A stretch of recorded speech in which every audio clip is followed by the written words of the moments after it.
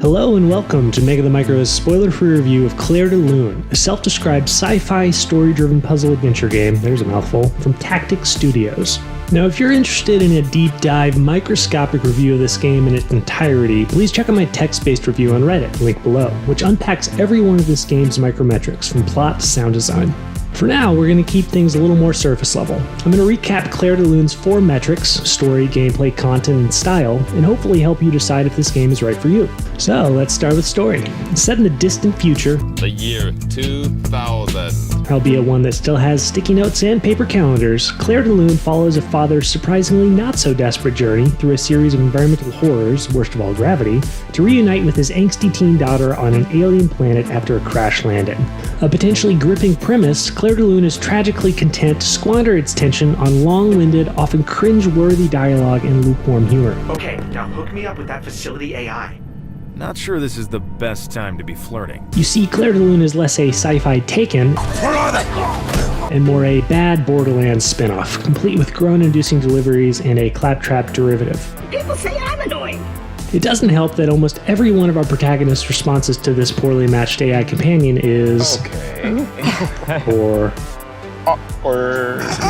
You know what? No. Not really.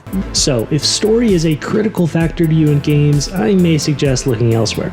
That brings us to the bulk of Clair de Lune, its gameplay and content. Now, if this game is for anyone, it's the most patient of puzzle lovers out there, because Clair de Lune features dozens upon dozens of brain teasers that wouldn't be out of place in your kid's coding bootcamp. While these puzzles are interesting enough in isolation, in aggregate they end up bogging down the story's momentum, because they don't have or add narrative value.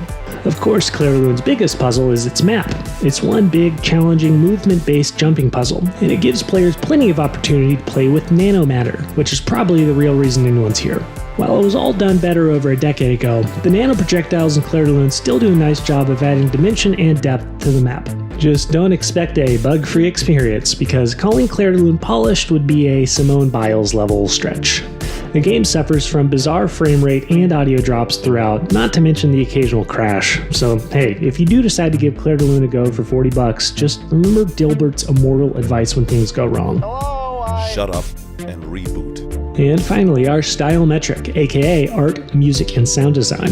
Surely a game borrowing its title from Claude Debussy's magnum opus would be drenched in dark, mysterious magic, right? Well, not quite. There is some decent environmental atmosphere on display in Clair de Lune, an ambient synth-driven OST and adequate sound design combined with acceptable environmental textures and lighting. But we're just missing an X factor here, you know? Something that forces the player to scrape their jaw off the floor. And I think that's just kind of Clair de Lune in a nanoshell for me. It never quite distinguishes itself from superior past or present products. If you want story-driven sci-fi horror, play Soma or Prey. If you just beat Portal 1 and 2 and are hungry for more gravity-defying projectiles and mind-bending puzzles, maybe just play Portal again? Or the Talos Principle. That game's rad. Overall, Clair de Lune's story earned a flat 2.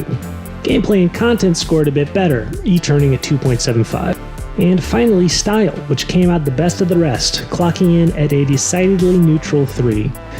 So yeah, in the end, Clair de Lune earned on aggregate a disappointing mega score of 2.64 out of 5, which is actually the lowest score I've awarded a game using the Mega the Micro scoring system. That doesn't necessarily mean you'll have a bad time playing it though. If my thesis is to be believed, Clair de Lune is actually perfect for someone interested in puzzles and nothing else. Bye!